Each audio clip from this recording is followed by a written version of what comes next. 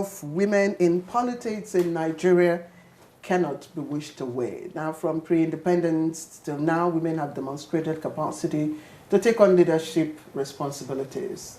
Constituting more than half of the country's demography, the voting strength has always been courted by candidates seeking elective positions, and of course, indeed, have always ranked high in our voting indices. Regrettably, though, none of our women, has emerged as a candidate for the top elective positions.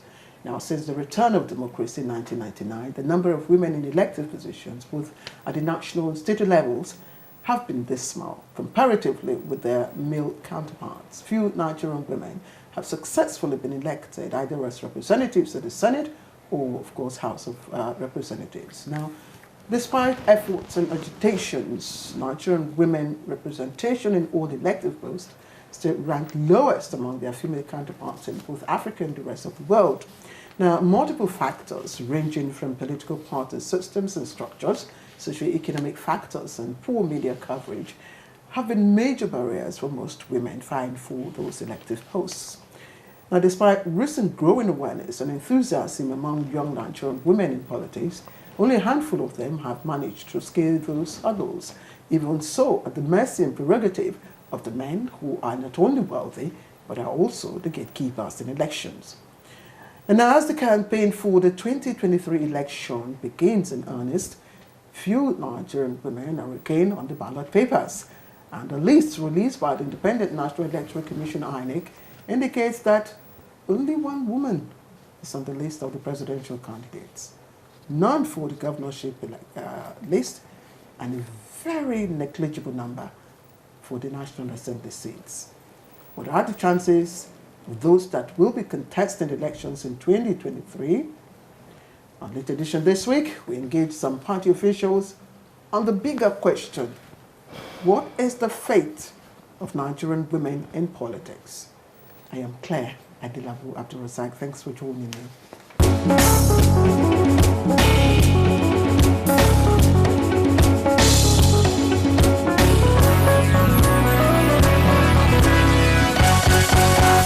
So let's begin our introductions. Dr. Baraka Sani is a well-known face.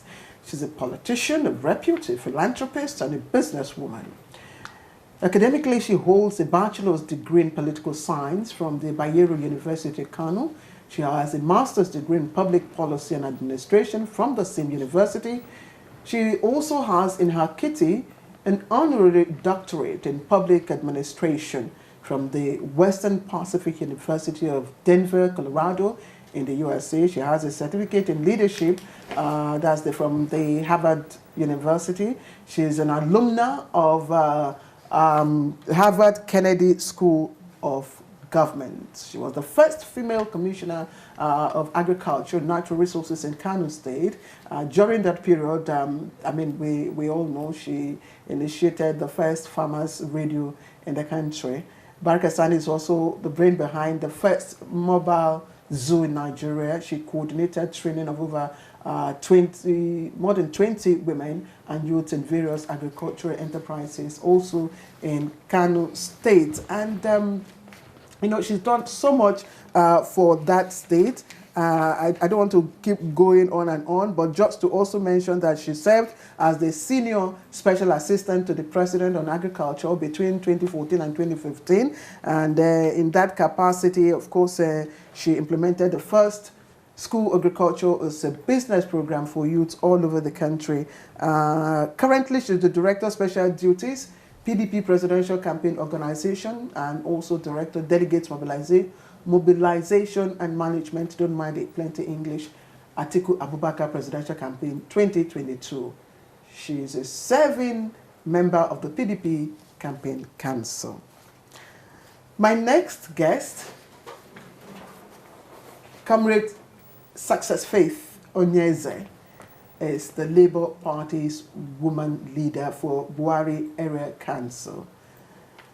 She's a graduate of mass communication from Federal Polytechnic in Kaduna, and she's currently studying criminology and security studies at the National Open University of Nigeria. She's, of course, practiced her broadcasting career in many different media organizations. As I said earlier, she's a broadcaster, and her broadcasting career path took her to several radio stations, such as Love FM in Abuja, Invicta FM, which is located in Kaduna, and also she has a very prominent role in human rights radio we know as Berekete Radio and Television, all based here in Abuja. Okay, I have a third guest, and it's a special edition this week. And she is Honorable Sheon Bosede Osamaye. She fits in comfortably as whom we can describe as a woman with many colors. And as you can see in her dressing, each color depicts her different area of proficiency. First, she's an educationist, then a researcher, IT specialist, and most recent, a politician. In terms of education, she has a national certificate in education, diploma in computer studies, and later she obtained a BA in education and a master's degree in English language from the Obafemi Awolowo University. She's currently undergoing an MPhil PhD at the Nasarawa State University in Kefi. Now, she veered into active politics, and in 2019 was part of the election victory story of a member of the House of Representatives for Idonre Ifedore Federal Constituency in Ondo State.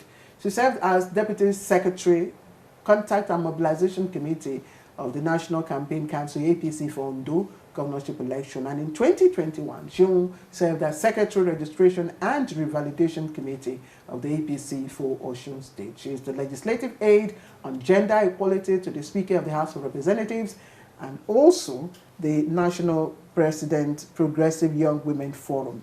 She has just been appointed Special Advisor, Political Matters in the office of the APC National Woman Leader. Ladies and gentlemen, please join me as I welcome all three very distinguished ladies to Late Edition this week. Thank you for joining me. Thank you so much. Thank you for having us. Yes, and congratulations, Honorable Sheon. Thank you so much. As a political advisor and political advisor. Yes. Yeah. What does that entail? Well, it entails a number of things, which includes managing the political affairs of the office of the APC Woman Leader in terms of interfacing with other strategic stakeholders of the party as regards our office, that has to do with our offices. If it was the larger, party structure, do you think you would have gotten the post? Okay, why? Because I'm a young person? No, I don't know. You tell me. As a woman, would you Well, think? I think when she appointed me, the first question I had to ask her was, why did she appoint me? So at that time, I realized that it's not about my age. It's not about where I'm coming from. It has to do with my ability to deliver on the job. I guess her sole reason for giving me that appointment was the fact that it is now time for us in the country to look beyond the age of individuals. She realized. But look at just hold on. Just hold on. She realized your capacity. Yes. I mean, that's not in doubt. What I'm asking is, if it was the larger party structure, do you think even with the capacity and resume that you possess, do you would I still have been appointed? Yes. Yes, I think with going forward, honestly, I think before it would have been a bit difficult. But going forward, we are now in a digital world where people are now more informed. Times are changing. People now understand the fact that it is now time to give people opportunities to exhibit their potentials beyond their age now, beyond what it's not about who you know.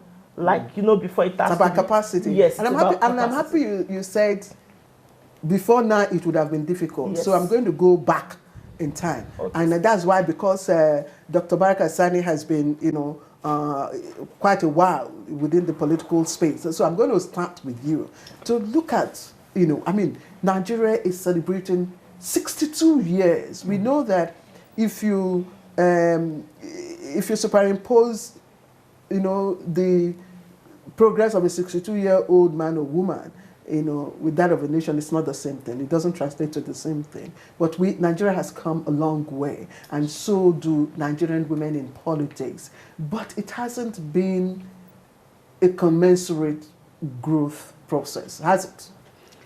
Well, I wouldn't say it's been commensurate. First of all, thank you for having me on this program. I'm delighted discussing this question at this moment, this topic. One very important thing we need to look at is where we started from. You know, pre-independence, women were rulers in Nigeria. We occupied vital positions, the Queen Aminas, the Mayokun, the Daurama, and all of them. But then right after independence... The Epos, I need to add. The Margaret Epos, the Fumilayos. All of them. There's so many there. Yeah. But right after, you know, during colonialism, the period of colonialism, then things started changing. And women were being edged out. Right after that, that is after independence, women started struggling to, you know, raise their heads, come up again and come back again. So it's been a long journey, and women are coming on board, though not the way we would have loved to see them. A lot of factors seem to mitigate women coming up the way we would have wanted. Some have to do with religion, some have to do with culture, some have to do with the economic position of women, because politics is very expensive. Some have to do with the space that is open, and maybe education also. A lot of other factors. But we have to say, so far so good. We are not running at the phase, we are not moving at the phase we would have wanted to, but so far so good, we are coming up. Okay. Comrade Faith Enyeze, you know, we've all talked about the beginning, you know, when the women were actually the merchants. They controlled money, wealth, and if you know Madame Tilimbu and all those women, you know, they were active, you know, participants in the Trans-Saharan trade, and so they wielded great influence. You know, others, of course, were warriors, great warriors. You know, others were, you know, very strong traditional, you know, holders. So they were able to, you know, muzzle their way in governance. But again, as Dr. Sani earlier mentioned, after, you know, colonial, when we were liberated, you know, there seemed to be a bit of a lull in women activities. How would you evaluate the growth of women, specifically in politics, you know, right after independence? Okay. Up to now? Thank you very much. For me, I would say with a part of the country part of the world where we are, they intend to make we women feel like there's some limit to what we can do. Because when you put up some things, they make you feel this person is not doing the right thing, she's not taking the culture, she's trying to be overriding the men and all that and all that. Now, in the last 50 years, we've had over 104 million women in the country. And you see them that in situations like this, they are not anywhere around either power or either, like you say, business or anything. They intend to bring the women down. But for me, I would say... who brings the women down? Because that is a very crucial point. Yes, we need to know who are those that brings women down, that, you know, prevent women from ascending to the you know, positions. Now, well, we have just two genders, right? And when you say... Can't be sure of that. Let's not go into that. Well, okay, let's not go into that. But the main genders we are supposed to talk about are actually two genders, right? And when we say women are not pushed forward, it's definitely the other gender that would not push them forward. Because if you check it, the law says women are supposed to be 35%. But we are not even up to... Well, there's no law that said that. The law that makes room for 35% affirmative action was the Beijing Declaration, which is yet to be domesticated into our laws. Actually, the Beijing said 30. 30. Was the gender policy of Nigeria that says 35%. That raised it to 35. Okay. Now, we don't have those women in power. And then, you know, the last time, like we've mentioned, like Doctor has mentioned, we have strong women those days who are role models, who people want to be like, who people want to look up to. But if you check in the last 30 years, we don't have anybody who would want to look up to and say, I want to be like this person. Honorable Shehu. Ma. Yes. Yes, ma. Yes. Let's hear your own point, because you were saying no. Honestly, I do not share a similar opinion on what she just raised. I honestly feel that we have women, I wouldn't want to use that, I don't know if using the word strong women appropriate for them.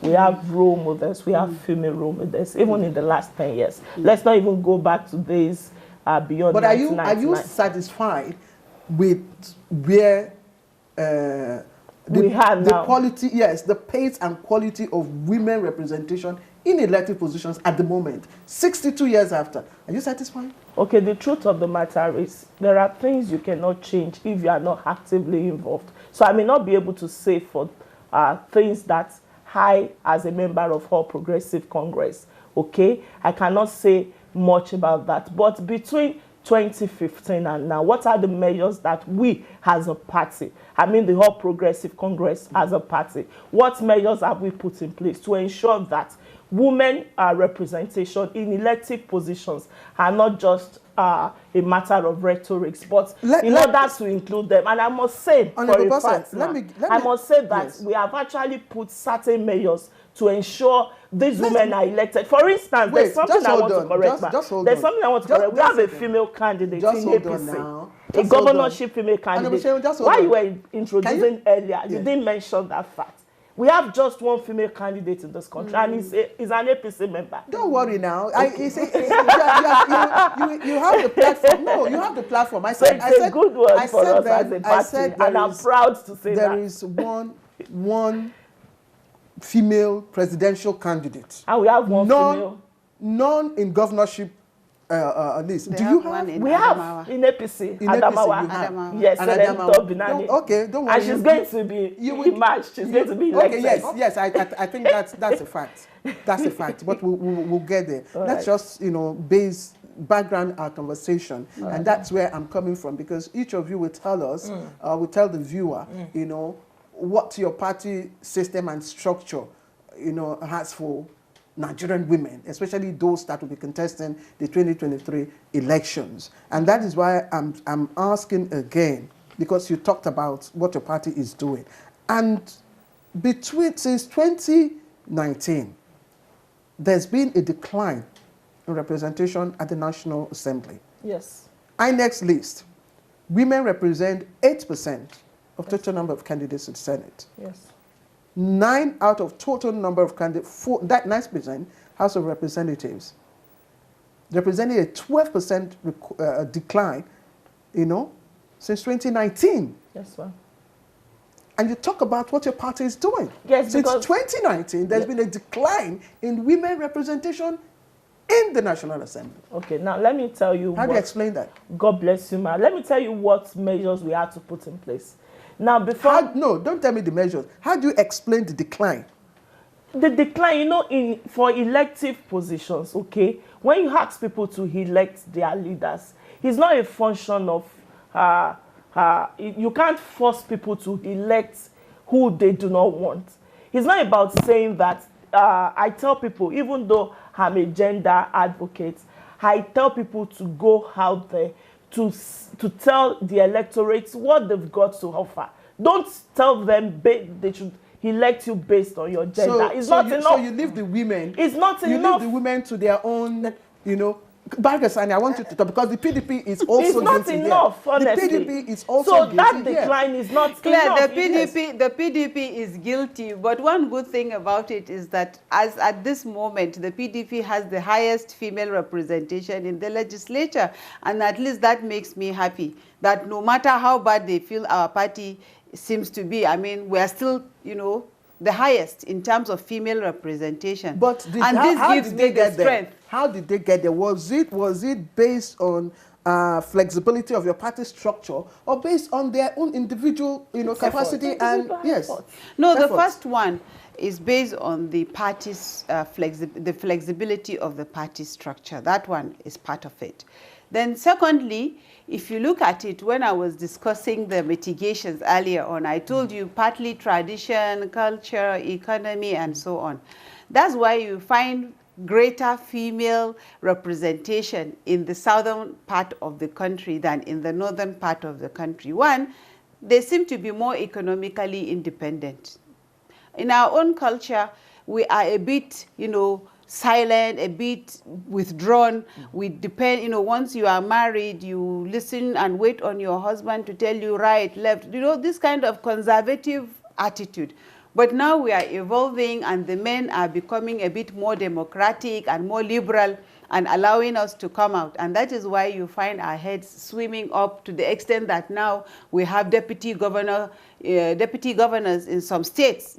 This was unheard of before. So PDP is really evolving. And I tell you, what is the structure? Well, the first thing is, for us in the PDP, women do not buy forms. So that is the starting point. The forms are free for women. And this, to a large extent, jumpstarts the process for women. Then secondly, the representation right from the delegate system, because the delegate system elects the candidates. So there is a provision. There are reserved seats for women, right from the ward level, the local government level, the state level. Those are the ones up to the zonal level that will come and vote for the presidential candidates. So we have reserved seats for women. What we are hoping will happen in Nigeria is to have reserved seats for women candidates? Reserved seats for women delegates, because that is the starting point. So what I was about to say is that the next thing we're hoping to get is reserved seats for women candidates, because like in other African countries who have gone far ahead of Nigeria in terms of female representation, you realize the fact that they have reserved seats for their female representatives. For instance, in Senegal, in Rwanda, they all have reserved seats for women. That's why you see the percentage of their representation going higher. But here in Nigeria, we do not have reserved seats for the women. We do not have reserved seats for persons with disability. Neither do we have reserved seats for the youths. That's why when the Not Too Young to Run bill was signed, I was just laughing, because it is virtually very, it's like passing through the eye of the needle. All the ingredients that are needed to get the youth into the system. Maybe they might have 20%, but if they don't have 80%, how do they get in there? So we need to jumpstart the process. We need to block certain seats, to reserve them for the youths, for the women. We move along with our children. There's a clarification I honestly think it's necessary for me to make. And that clarification is that as at today in the National Assembly, APC has the highest number of elected female candidates, honestly. I made... How many do you have? We have like 7, ma. Across board. Yes, we have 18. In the National Assembly. We have 18. In the House of Reps. They have 7, female. we have 18. Oh, in the female House of Reps, we have just 12 female members. So where is the 18 coming from? I'm telling you. No, where is the 18? The Deputy Chief Whip, the Deputy Chief Whip, Honorable Nkiruka, who represents, who is from Abia State, is our member. And that's the highest position as far as legislation is concerned in Nigeria. It's our member. At the Senate, at the member, we have Olujimi yes. is the minority leader. Yes. And she's PDP. She's PDP at the Senate. We also have 2. I think both of you will we have need to Professor go back and we have Senator Remy. I mean, in the national, yes. in the House of Reps, honestly, we have the highest number. For Labour Party, I think the party logo and of course the motto of the party has already said it all.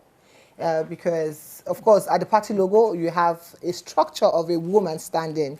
And, of course, and also the motto is telling us that we are having equal opportunity and social justice. It means that there's a flexibility for women. And also, we also have women who had come out on board to be candidates for what they want. Like in FCT here, we have Ireti, who is coming out as a senatorial candidate. We have Joy, who is coming out as a House of Rep. And of course, even I think in Port Harcourt, we have the popular Nollywood icon, Hilda Dokubo, who is also coming out. I can continue mentioning it like that.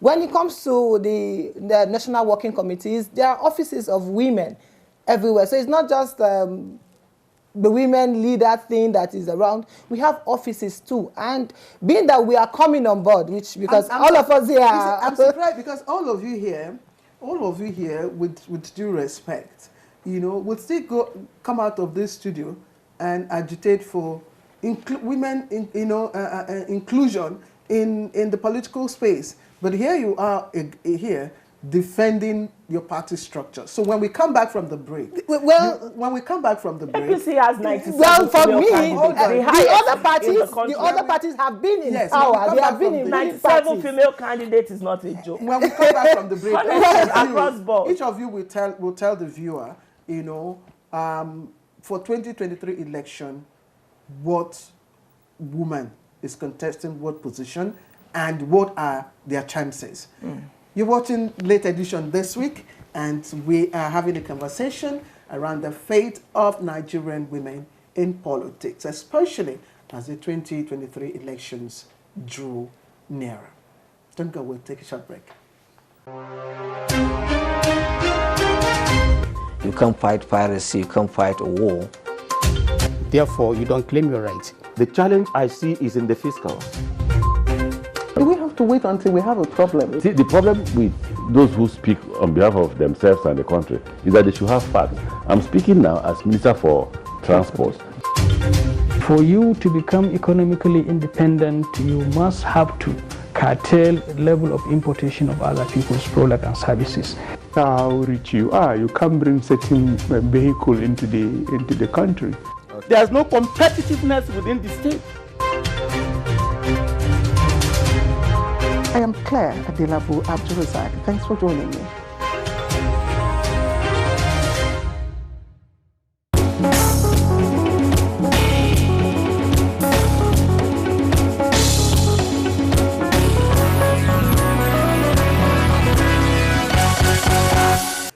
All right, welcome back, and you're watching Late Edition this week on NTA News 24. I have very interesting women party officials here in the studio. I have a representative of the Labour Party, I have a representative from the APC, and I also have a representative from the People's Democratic Party. So I will start again from the Labour Party. Okay. Before we went on break, you were telling us about, you know, how many women and all that. So INEC came out with a list, and the list shows a very dismal representation of women.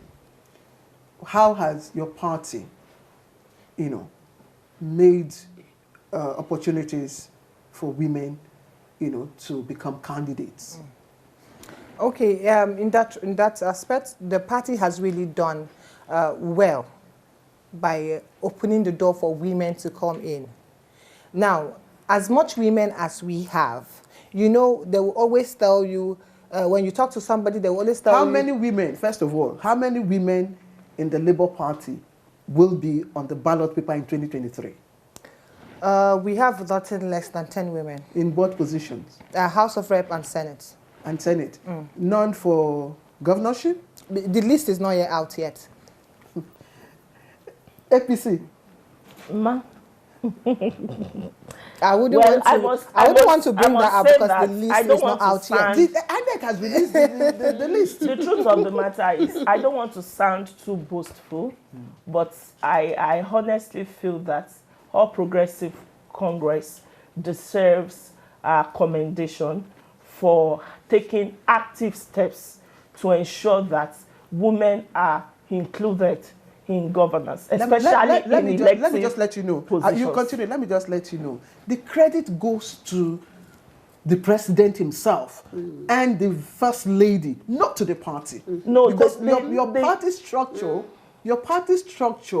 you know, we've not seen a reflection of gender-friendly PDP, APC party structure, have we? Okay, when I say All Progressive Congress, the president, yes, His Excellency Muhammadu Buhari, is the father of the party, is the image of the party, is the icon of the party.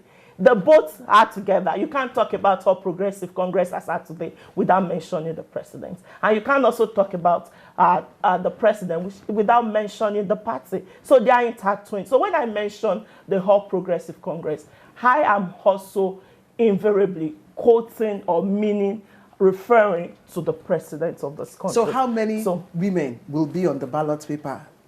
We have over 90 women on the ballot paper for APC. We have the only female candidate, governorship candidate in that party, and I'm so proud of that. In Adamawa, Senator Aisha Binani, he's the only female candidate, governorship candidate across parties. How did she in emerge? This country? God bless you. Do you know she contested along all that men? That's why I tell people it's not about the gender, okay? The gender variable alone is not enough, okay, to give to ensure people elect you into office. It is your capacity, your potential, your experience, your antecedent. Dr. Barakasani. Yes. Yes, tell us the PDP. Well, in the PDP, we have around 63 female candidates on the ballot. We have 6 deputy gubernatorial candidates, 6 senators, 39 House of State Assembly, and 18 House of Reps, and 6 senators. These are the people coming on the ballot. For us, it is also an achievement because PDP is the party to beat. So the competition is very, very tough. It's just like trying to become the president of the United States of America and then trying to become the president of a small country by the neighboring or anywhere. People will say, so in PDP, any ticket that you see, one ticket, it amounts to maybe 50 tickets. It's not easy. It's like passing through the eyes of the needle. And for women to come up with 63 women to be on the ballot, for me, I think it's something worth, praiseworthy.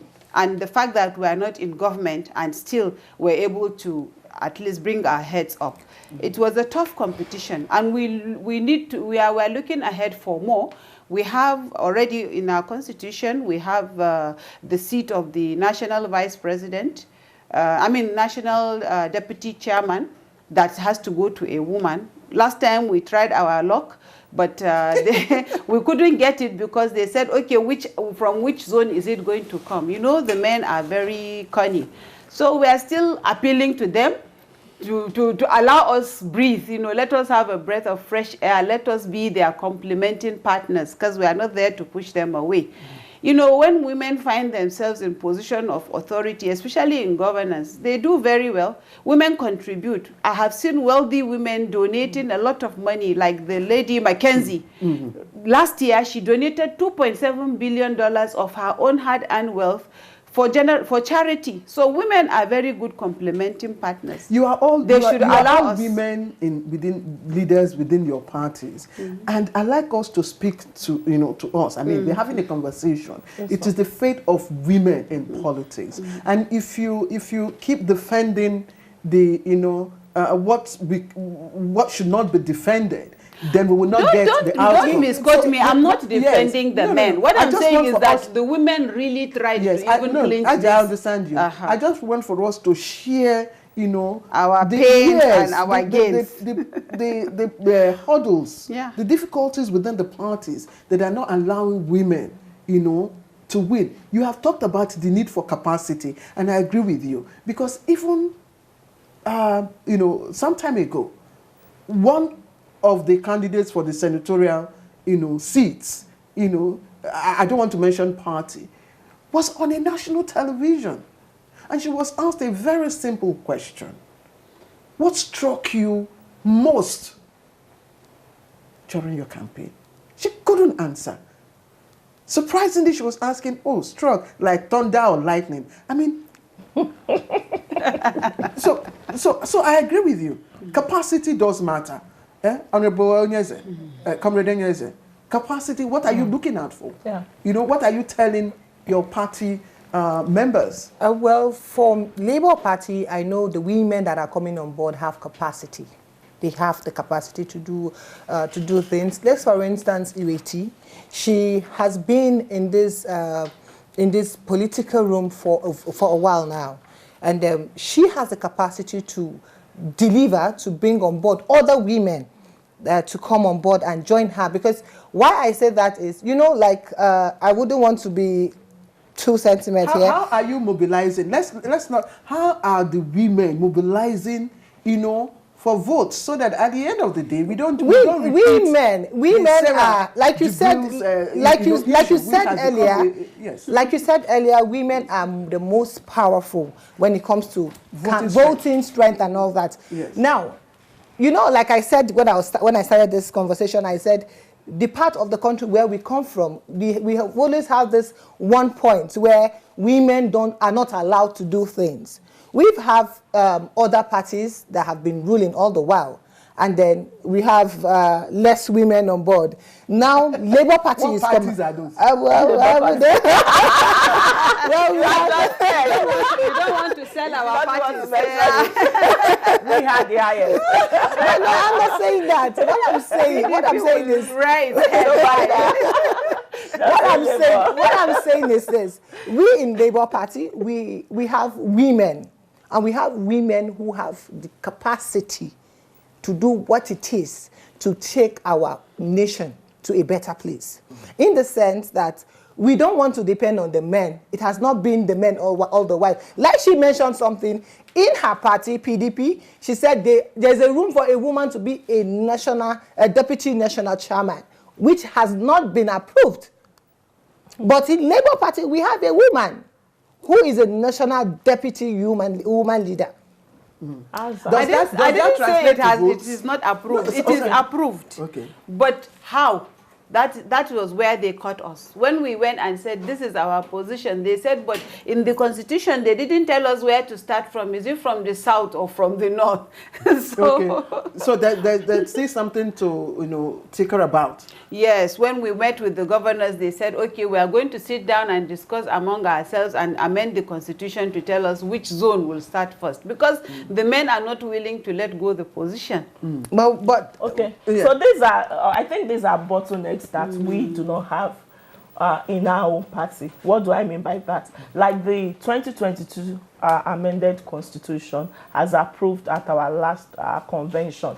Okay, it was clearly stated that there are positions now that can now be reserved solely for women. Like the Deputy National Woman Leader was not part of the NWC before. Now she's now a member of the NWC. Apart from that, we also have other positions like we now have the deputy. In fact, any positions that is being occupied by a man, the deputy automatically goes to a woman. That's one good thing that has now been amended. They copied us. So let me go back. Initially, they were selling forms to women. Let me go back to mobilization aspects. That what are the measures we have put in place? Because for us as a party, it's not just to say that we want to have that highest number of female candidates on the ballot paper. What other things are we doing to ensure that this woman actually gets elected into office? Precisely. Now, let me tell you the first thing we did, and that credit should also be given to the leadership of the party. When I mean the leadership of the party, His Excellency, the President of this country, Her Excellency, the wife of the President, the chairman of the party, and also the National Woman Leader. Immediately, the INEC, released their list. What we did was to have a workshop, okay, a capacity building workshop, a campaign management and training workshop for all our female candidates across board. And it's a 3-day program where we invited them here. We trained them on how to manage their grassroots people so that they can ensure that, okay, and we train them on all aspects. It wasn't just interpersonal relationship with party alone, how to talk to stakeholders, how to get to funding, how to manage electoral violence, how to manage all aspects of the campaign and election, so that at the end of the day, it's not just adding to the statistics to say I was on the ballot. No, but our goal was to ensure is this quest just for female candidates of your party alone? Or assuming, for instance, you have other female candidates, you understand, where you do not have a female candidate, would you also mobilize for support for that female candidate? Okay, now what we are doing is we are running an issue-based campaign. Okay, that's one thing we teach our people. It's part of the training we give to our women. That's even beyond party lines. Okay. We are first Nigerians. Okay, you must be able to have a good interpersonal relationship with people, regardless of your party affiliation. Beyond party lines. Yes, beyond party lines. So that's what we do. But Dr. Sani, how you know, you are a very I don't want to say powerful stakeholder of the PDP and a woman. So how are you also mobilizing? You've heard Honorable Bosse, you know, Samaye. How is the PDP mobilizing for women? All the candidates underwent also the training, you know, for moving into elections. They were trained, they had a workshop, and we also had a collaboration with the international partners. There was also another training, and then we do mentorship. And then all our stakeholders... What is the content of this training? What are you telling them? It has to do with funding. It has to do with election campaigns, and then how to win, and then what to watch out for, and then how to mobilize for success. That is it. And you can see for the first time we have, you know, reviewed all our approach, and we have told them to move straight to the grassroots. With the introduction of the new electoral law, it makes it easy and easier for women. Once you are popular, you will get there. But how do you become popular? You need to go back to your people, go back to the community, and then sell the party, and then work for, be your brother or your sister's keeper. You know, not a unilateral campaign that you sell yourself alone. So all our candidates have passed through that. The party was very, very strict on that, and they made sure they came here, they trained them for 3 days, and they went back, and all the state state party offices were also asked to continue with the training, because politics is local. You know, you have a general avenue where you meet and sell the ideas, but then every state has its own peculiarities. And those peculiarities, they were asked to go home and get them from the local party chapters. And they are doing very well. And I'm very happy we hold seminars. Even last 2 weeks, I was the presenter. I presented on GoTV. I presented on a canvassing system. So we are teaching them a lot, you know, how to be there. A patriarchal communication system. Yeah. That makes it almost difficult for the woman, you understand, to acquire the kind of wealth you need to finance. You know, the world is changing, and I tell you, politics. The world is changing, but in our but one climb, thing that is important. Just hold on, hold on. In our own climb, you know, it is still a strong factor. It is that is, you know, holding women down. It is, and I'm asking you now, saying women should, you know. How can women, what do they need to do? That is why you need to promote the small scale. I have something to say as regards that. I'm sorry that I keep talking about my party, what we are doing. But they are facts, they are verifiable facts. The truth of the matter is, for us in the women's wing of the party, this was what we did, because we realized that sometimes a woman may have that capacity. A woman may well be loved, but may not necessarily have that financial muscle to win election. So in order to avoid that, or in order to provide solutions to that, what we did was to create what we call a funding section of the party. Like we call it a financial donation segment, where we have people who come together to donate money into such accounts. And that account can now be solely used for women running for elections that do not have that necessary financial backing to win election. And from our findings, we have discovered that they can win elections. So for that, what we do is to ensure that they are fully supported. And that was why during the electioneering process, we ensure that women are not superimposed on anybody.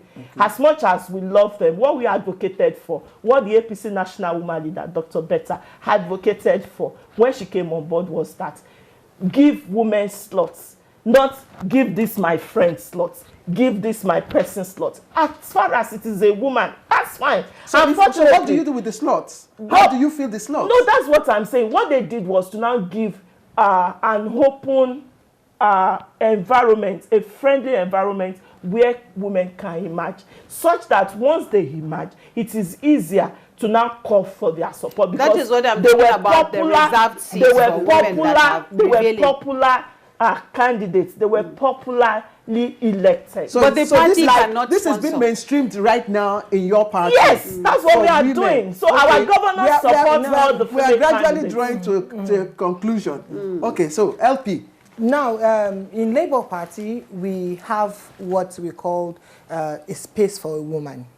Now, that space for a woman is something that it's something that we have been working with. In all round, we don't need a woman to have money for you to contest, for you to be on board, in as much as you can deliver. And of course, like the easy going that, the trend of what is happening now is that everybody wants a change of government because of one thing. We can't wish away the fact that politics requires a lot of money. And if you say yes, politics, that's why they will always tell you money. That's why they will always tell you Labour Party don't they give shishi. But who told you they don't give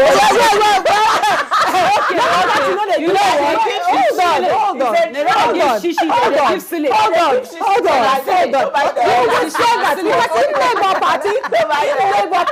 We don't need to give you. In as much as you've been in this country, you know what's happening. You need a change of government. And that way you don't need to give anybody money. You don't need to give anybody anything for you to go on a campaign. At this point, they want to do it themselves. But how do you finance your campaign? Because as a woman, you know, that is why we have supporting groups. So, just hold on. And that is why we have supporting groups. In Labour Party, we are not the one giving. But people are there who are willing, who are willing to contribute, who are willing to make sure that things go the right way. Okay, you don't need to be rich. You see, we've been in a country where like she said, the Labour Party is the youngest of them. So please go ahead. We've been in the situation whereby everybody, it has to be one person's, my husband was formerly this, so now I'm coming. My father was formerly this, now I'm coming. My father was a nobody. I want to use that word. And then if I feel that I want to come and contest on the Labour Party, I don't need to have the money to do that. In as much as one way or the other, the people feel I can deliver. You have a support, you have assurance of a support, of funding from a support base. Is that what you're saying? There are funds. She's not sure. I'm sure. There are funds. There are funds. Now, I am not giving. I am not buying your vote. Because in the situation where we are now, if I give you, it means I'm buying you. I need you to adjust the microphone. Okay. Yes. Honestly, one thing I want to say here, as you said, we are coming towards the end. Let us keep everything aside and look at what are the factors that will propel women in politics and get us to where we want to be. There is no way we can get there without the buy-in of the senior stakeholders. This I want to re-emphasize. For any woman that wants to be in that position, we have been there and we have seen what it is. This thing is just like a dining table, and they sit down, you have to have a chair to have a chair on that dining table. And if you are not on that chair, you cannot determine what the party is going to say or do. So to be able to become a stakeholder, women should not fold their hands and be waiting for women's seats alone. If you are into business, you should also try to become a stakeholder by contributing. It is sweet when you are giving something, but what you are doing is you are selling away your opportunity. But when you become a stakeholder and you bring something to the table, you start to buy yourself a chair. Even if it's a stool, you will sit down behind the chair. One day you will sit on the chair. That's one way. Secondly, the government in power is easy to accelerate women in power. For instance, I heard the speech from Mr. President, and it made me very happy when I heard him say so. He said he wants to see more youths and women, on the ballot. And honestly speaking, how I wish this came maybe 4 months ago, so that the parties will be lobbied to make sure that they implement what Mr. President is begging for, because he has lobbied for us. Unfortunately, it is too late because INEC has sealed the list. But this is the way to go. Our leaders need to be talking when they know it's not a fair balance. The whole world is supporting women. The whole world is bringing women on board. as people with over 51% of, the population in this country, imagine cycling a bicycle with one leg. It's easier if we help them to cycle the other leg, and the cycle will be faster. But when you are going to pedal with one leg, you will be tired. So women want to complement the men. Actually appreciated our president for talking about inclusion of women and youth. The truth of the matter is, for me, you can't give what you don't have. In APC, we do not have that experience. This is supposed to be your rounding. Yes, we do not have that experience of exclusion. For us, we have put different mechanisms in place. We have the highest number of female candidates. We have the only female governorship candidates. We have so. We have exclusion in Kano. If you don't have anywhere, that's my state, and I know they are excluded in Kano. I'm coming. The truth of the matter is, in Northwest, for instance, you just mentioned the fact, I think while you were talking, the emphasis should be in PDP. Because in APC, we have even a female candidate, a female deputy governorship candidate from Northwest. No, I'm telling you, no. I'm only telling you that's the experience we don't have in APC. All of those things should be limited. Those on the ballot for 2023, now, to round it up, the truth is that there's a surge. If you look at the recently released INEC new registration voters, okay, you discover that there's a surge in the number of young people that have come to register this time around. And the 2023 election will be determined by young people.